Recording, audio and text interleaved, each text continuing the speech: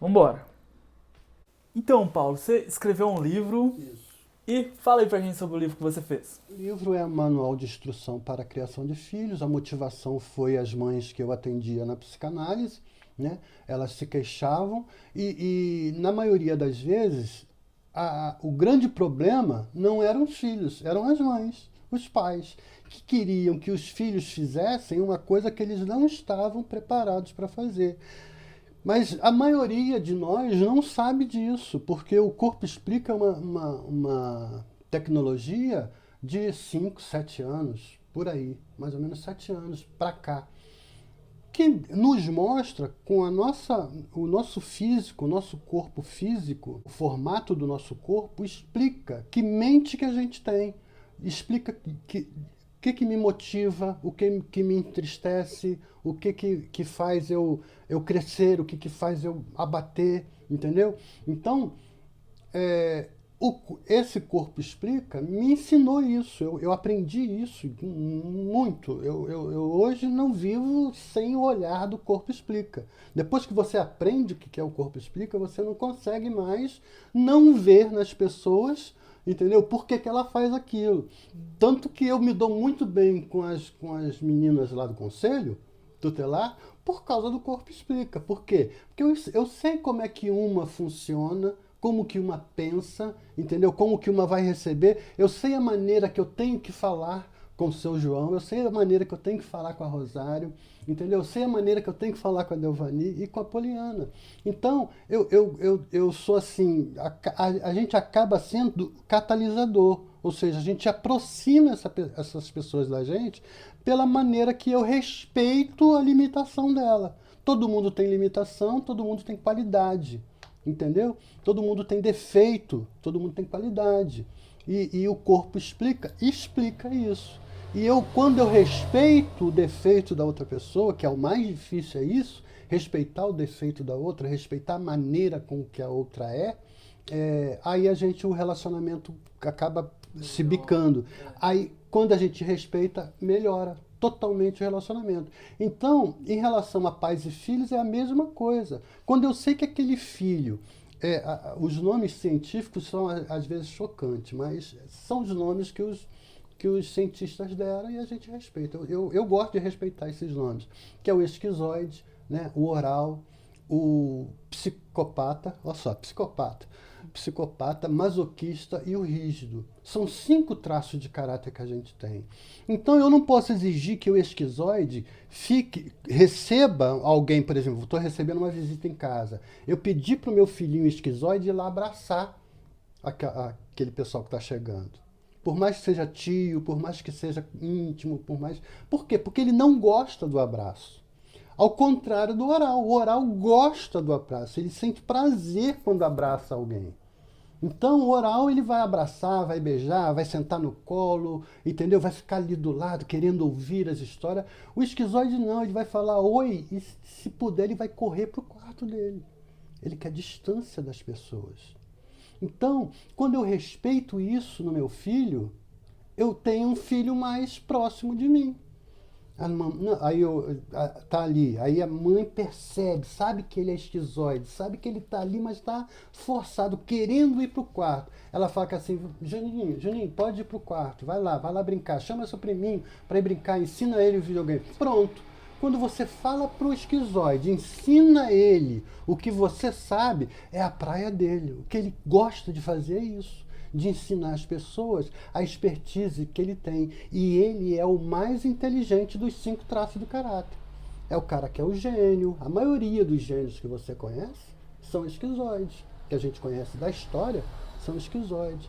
Os escritores, os pintores, entendeu? Por quê? Porque está relacionado à genialidade, a fazer coisas fora da caixa.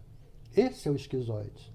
O masoquista não. O masoquista ele pega um livro de direito, por exemplo, estuda aquilo ali, ninguém vai ser mais perfeccionista que esse masoquista. Ele é perfeccionista, ele lê, aprende rápido, ele gosta de processo, ele gosta de coisas que ele seja palpável, não gosta de sentar de costa para ninguém, ele gosta de sentar de frente para as pessoas, se possível, o último da sala, para poder ver o Isso ambiente não é o mesmo todo. que o rígido? Não é diferente? Não, o rígido ele é aquele que gosta de palco, aquele que gosta de estar lá na frente, falando, é perfeccionista também, mas não é tanto quanto o masoquista. O masoquista é o único que é mais perfeccionista que o rígido. O rígido é aquele que é o belo, entendeu? A pessoa que tem aparência bonita. De cara você sabe, pô, aquele cara é rígido toda a vida, porque é lindo, linda, né? A beleza é a cara, é a estampa do rígido. Mas volta ao que você estava falando. E e o oral é aquele redondinho, aquele gordinho, né? Aí luta contra a balança, luta, faz bariátrica, faz isso. Mas não vai adiantar, ele vai voltar a ser gordinho. Por quê? É natural para ele ser gordinho. Entendeu? Aí fica brigando consigo mesmo, brigando com a balança, brigando com o espelho, quando poderia ter mais paz na vida, aceitando aquilo que ela é. Então, o corpo explica para mim, é assim, uma solução de sossego, de paciência, de tolerância, entendeu? Você vai tolerar mais o outro. Por quê? Porque você sabe que o outro é daquele jeito, não tem jeito de fugir daquilo ali. Aí quando o pai e a mãe não respeita isso, entra em conflito com os filhos. E geralmente o pai quer que o filho seja igual ao que ele foi, ou a mãe igual ao que ela foi, ou melhor do que os coleguinhas das colegas da mãe e dos colegas do pai, entendeu? E isso às vezes não está no mindset daquela criança. Entendeu? E o corpo explica isso. Aí eu fiz o manual do Corpo Explica para explicar a esses pais que existe essa diferença e que dá para identificar essa diferença com muita facilidade no corpo da criança, entendeu? No formato do corpo dela, na maneira como ela se expressa, quando ela chora muito a oral, ela vive chorando. Aquela gordinho, vive chorando. Por quê? Porque é emotivo demais. Entendeu? O esquizoide é racional demais. Ele não sente, ele manda a pessoa embora do emprego com muita facilidade. Por quê? Porque ele para ele o que ele tem que trazer, o empregado tem que trazer é resultado. Não trouxe resultado, vai procurar outra turma, vai procurar outro emprego, vai procurar outra maneira de ganhar dinheiro. Esse é o esquizoide. O psicopata também tem essa racionalidade, ele é racional. Né? Então a gente precisa, conhecendo essas coisas, a gente lida melhor com as pessoas, lida melhor entende melhor, tolera mais, entendeu? Ajuda mais, porque também tem isso. A gente pode ajudar muito um filho, muito um irmão, muito um pai, entendeu? Quando você entende do jeito que ele é, a maneira com que ele vai... Porque se eu chamar a atenção de uma pessoa esquizoide na frente de todo mundo, ele nunca mais vai querer você na vida dele. Ele vai ficar... Porque ele não gosta de ser exposto. Mesma coisa o masoquista. O masoquista, qual é a dor do masoquista? O masoquista, ele a medula, eu não falei sobre isso, né? A medula espinhal tem uma coisa chamada milienização, que é é como se fosse um fio desencapado em toda a nossa medula espinhal. Tem um fio ali desencapado. E essa mielinização é como se fosse o encapamento desse fio. Então esse encapamento começa daqui de cima, da nuca, e vai até o cóccix, né, que é a parte lá embaixo da espinha. Nesse trajeto, desde o feto até completar 5 anos de idade, essa mielinização está acontecendo. Então, a que acontece dentro da barriga da mãe é o esquizoide. O esquizoide ele é formado ali dentro. Se a mãe tiver algum trauma, tiver alguma situação negativa, né, e toda vez que aquele feto encosta no útero dessa mãe, esse útero se retrai, fica frio e se retrai. Aí ele, para não incomodar, para não se sentir rejeitado, porque aí ele se sente rejeitado quando ele vê o útero que era quentinho ficar frio, ficar duro, entendeu? Por causa dos traumas que a mãe está passando aqui fora. ele fica quietinho. Então toda a energia, toda a energia que a mãe está passando para ele pelo cordão umbilical, em vez de ir para o corpo, para, né, fazer um corpo mais delineado, para fazer um corpo mais estruturado, para fazer os ossos mais fortes, não acontece. Vai tudo para a cabeça dele. Por quê? Porque ele fica quietinho com aqueles membros. Então aqueles membros não recebem a vitalidade que eles precisavam ter. Você vai ver que todo esquizoide é magrinho, fininho, parece que vai quebrar. Se você pegar o braço dele assim, quebra.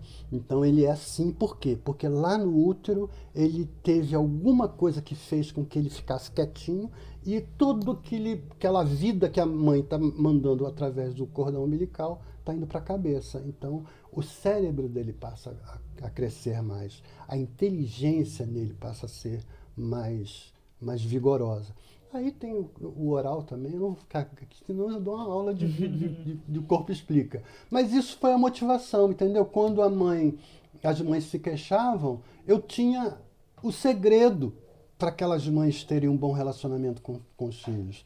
Mas eu não conseguia alcançar todo mundo, então eu falei, poxa, eu vou fazer um livro falando sobre isso, para os pais entenderem o que é essa mielinização, o que é cada um dos traços, explicar cada um dos traços, que aí os pais vão perceber que naqueles traços, aquelas características daqueles traços, puxa, meu filho é assim, meu filho é gordinho, é chorão, entendeu? Ele é meloso, ele gosta de ficar abraçado, agarrado comigo.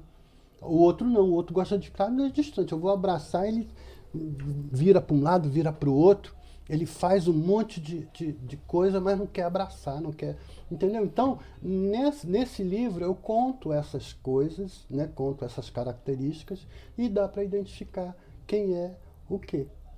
Essa roupa que eu estou usando é exclusivamente para este programa, pessoal. Olha só, gostou ou não? Isso aqui veio de longe, veio numa caixa. Nós temos aqui também, olha aqui, bibelôs. Tudo que você está vendo nesse programa é graças, gente, a patrocínio, a ajuda. Então patrocine, ajude o programa. Somente com a sua ajuda nós teremos coisas para apresentar e mostrar para vocês. Além de ajudar e patrocinar, se você não for patrocinador, você pode ajudar apoiando, compartilhando, dando like. De ajudar? Claro que é. Então, faça isso agora. Beleza? Deus existe? É mais difícil explicar que Deus não existe do que Deus existe. Como explicar a visão? Até hoje, a tecnologia que nós temos aí as inteligências artificiais. Até hoje não se explica como que a visão acontece. A visão é uma incógnita para todos os cientistas. Entendeu? A natureza, o sistema solar, sabe? Por que um planetinha pequenininho como o nosso tem gente, os outros que, pelo menos eles acham que pesquisaram, não tem? Se tivesse realmente pessoas em outros planetas, por que não nos visita? Por que não prova isso? Não há prova nisso? Com todas as tecnologias que a gente tem, já teríamos prova disso. Entendeu?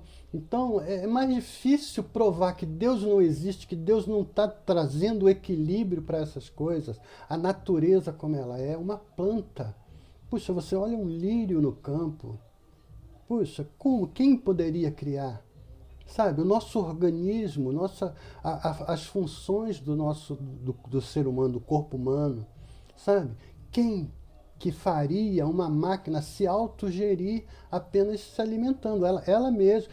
O feto, né, a criança, ela só não consegue se autogerir, né, e precisa da mãe e do pai, quando bebê. Depois de um certo período, nem a mãe e o pai precisam mais, pode ser outra pessoa cuidar. Né? Na verdade, quando ela sai, hoje em dia, até no ventre, da mãe, né? Antigamente a gente até dizia, o Corpo Explica até falava isso, que a criança só depende da mãe quando está no ventre. Na verdade, hoje nem no ventre, porque hoje em dia tem cápsulas onde essa criança pode ser gerada melhor do que no ventre da mãe.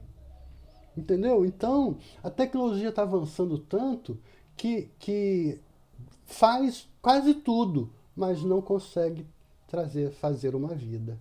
Uma vida E ele não aí tá a consegue. explicação para você da existência de Deus. Sim, é claro que é muito mais complexo, né? Nas perguntas, aí encontra a explicação da existência de Deus através das Isso, perguntas. isso. Não respondidas. Não respondidas. É porque não. Entendeu? É porque Porque que responderia a essas perguntas? A existência de Deus. Entendeu? É o que eu penso, pelo menos. psicanálise. Conta um pouco para mim sobre isso aí. Freud é o pai da psicanálise, né? Ele era um neurologista, na verdade. Ele não era psiquiatra, ele não trabalhava, não tinha psicologia na época, né? Então ele trabalhava como neurologista. Ele trabalhou num hospital na Inglaterra, onde tinha mais de 400 mulheres internadas. Naquela época, os maridos internavam as mulheres para poder ter outra mulher, para poder ficar com a herança dela, tinha um monte de motivo para você internar uma mulher e dizer que ela tá louca. Então ele lidava com esse tipo de paciente. E Freud foi percebendo que a história daquelas mulheres, muitas delas eram mentiras que colocaram na cabeça delas, e elas estavam ali presas por causa do poderio que o homem tinha. Aliás, até hoje tem, o machismo impera até hoje, né? Claro que hoje com muito menos, né, menos força, né, menos poder físico do que antes, mas ainda impera, né? A mulher ainda ganha menos. Hoje tem lei para poder né, colocar isso de forma taxativa, porque na maioria das vezes o homem que contrata uma mulher, ele paga menos para ela do que paga para o homem.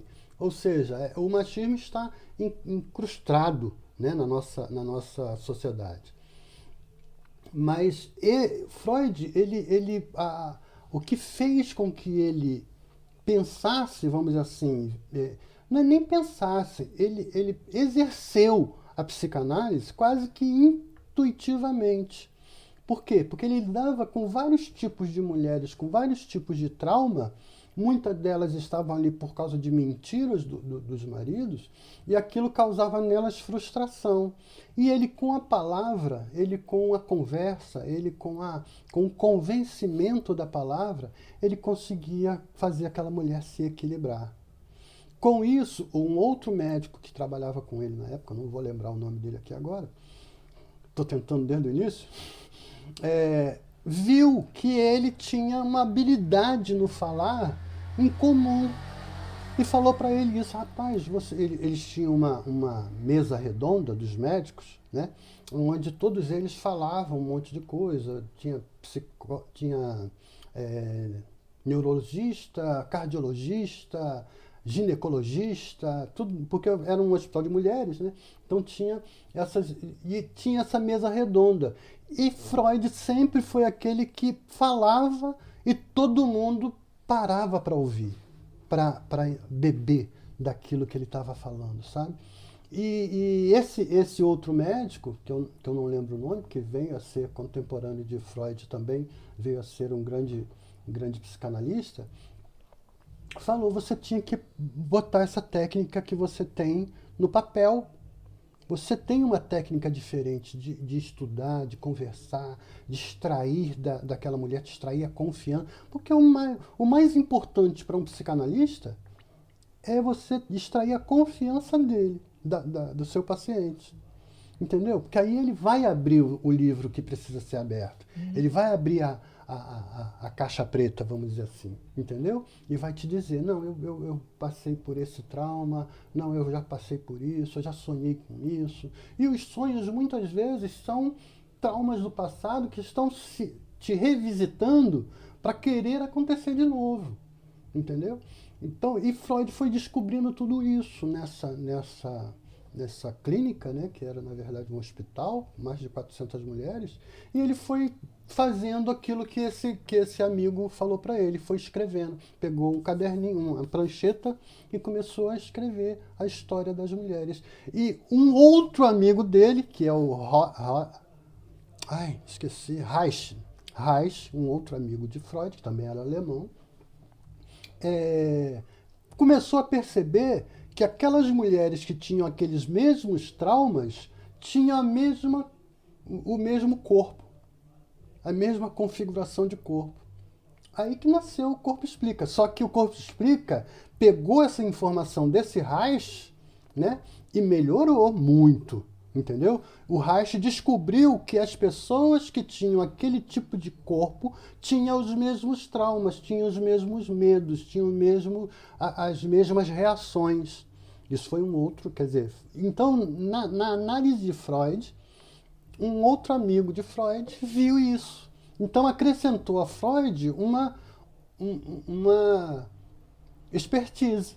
Ou seja, Freud já sabia que quando conversava com uma gordinha, ele ia ter esse tipo de conversa. Ela ia ser tocada mais se ele falasse naquele tipo de trauma, entendeu? Então aí ela ia se abrir. Por quê? Puxa, você achou Pegou uns gatilhos, né? uns gatilhos, exatamente. Então, a psicanálise... Agora vamos falar um pouco da psicanálise e a psicologia. A psicanálise tem isso, ela aprofunda o trauma da pessoa. Ela não quer saber de mudar o seu comportamento, que é isso que a psicologia faz. Ela muda o seu comportamento. Ela é uma mudança comportamental para evitar aquele problema que você está enfrentando naquele momento. A psicanálise não. A psicanálise quer saber por que aquele problema chegou até você. Então ele vai agir lá na infância, lá no âmago da questão, entendeu? Então eu acho que todo psicólogo tinha que aprender psicanálise. Acho que na faculdade de psicologia tinha que ter. Algumas hoje em dia já tem, mas tinha que ter, porque a psicanálise aprofunda mais o trabalho do psicólogo. Entendeu? Por quê? Porque você vai lá no âmago, você vai lá aonde gerou aquele problema, que pode ter sido um trauma de infância, pode ter sido a morte da mãe, pode ter sido um abuso do pai. Entendeu? Pode ter sido várias coisas. Aí você consegue, com a psicanálise, extrair aquilo dele, porque quanto mais confessa aquelas coisas, mais elas vão saindo. Aí tem o trabalho do psicanalista, né, de trazer para ela para o centro, que a culpa não é dela, que nunca foi sua culpa, nunca vai ser a culpa de uma pessoa que foi molestada, a culpa de ser molestada. Não existe isso, a culpa é daquele agressor. Você tem que saber disso e viver bem com isso. Aí, nesse caso, eu, por exemplo, na psicanálise, a maioria das mulheres que chegaram até mim com esse tipo de trauma, de ter sido abusada, elas só conseguiram realmente uma libertação quando encontraram Cristo, quando são cristãs. Aí sim conseguiu a verdadeira libertação, porque aí ela consegue ver em Cristo a solução daquele problema, entendeu? Ela consegue ver em Cristo o consolo para aquele problema. Não passa a ser mais um carrasco, uma voz dizendo, não, você é assim, você que seduziu seu pai, você que seduziu aquele homem, foi você que, usando aquelas roupinhas curtinhas, aquele shortinho curtinho, que fez com que ele fizesse aquilo. Ou seja, essa voz maligna acaba sendo dissipada através do Evangelho, através de Cristo, da oração, né, da aproximação daquela pessoa em Cristo. Na minha prática da psicanálise, eu vejo isso. Tanto que chegou um certo momento que eu não atendia mais quem não era cristão. Por quê? Porque eu não via resultado, entendeu? A psicanálise, ela ajuda, mas se a pessoa quiser, ajuda. E o cristão não. O cristão, ele é ajudado mesmo se ele não quiser, porque ele vai levar a Cristo e Cristo vai consolar. Cristo vai agir de uma forma sobrenatural na vida daquela pessoa. Entendeu? Do convencimento, a palavra, o amor da igreja, entendeu? Tudo que uma pessoa traumatizada precisa, entendeu? De saber que ela não é culpada daquilo ali, de ter um Deus que a perdoa, que a acompanha, que a protege. A partir de agora não vai mais acontecer aquilo, porque na psicologia tem uma máxima na psicologia de que aquele trauma vai acontecer contigo repetidamente várias vezes, né? Esqueci o nome que dá aqui agora, mas é que a psicologia ensina isso, que aquele mesmo trauma vai acontecer contigo 2, 3, de 4 em 4 anos, de 6 em 6 anos, vai acontecer. Por quê? Porque você está predisposto àquilo ali, você se sente culpada por aquilo ali, entendeu? E a culpa com o cristianismo ela é retirada. A culpa é jogada na cruz de Cristo. Entraria no submarino Titã para ver o Titanic? Não iria. Não iria por causa por causa dos meus anseios. Eu não tenho anseios de fazer esse tipo de viagem, entendeu? Qual motivo? Quer dizer, eu não vejo um motivo um motivo cristão para isso. Hoje em dia, o que movimenta a minha vida é saber que se eu vou ser útil, eu estou vindo aqui porque eu quero ser útil para você. Eu quero que você me conheça, que você me entenda, que você, de alguma forma, veja em mim Cristo. Entendeu? Então, se eu não tenho essa possibilidade, se não é esse o motivo, a motivação de eu entrar naquele submarino, eu não entraria. Agora, se fosse contrário, se houvesse uma motivação para isso, se houvesse uma, né, aí eu iria. Por quê? Porque o meu propósito principal é esse, é de transmitir Cristo. Entendeu? Exibir Cristo. Tem um hino que fala sobre isso. Exibir Cristo. Muito obrigado à sua audiência também. Eu agradeço desde já. Muito obrigado. Você... Um presente. Amém. Amém. Eu recebo com muito prazer, ué.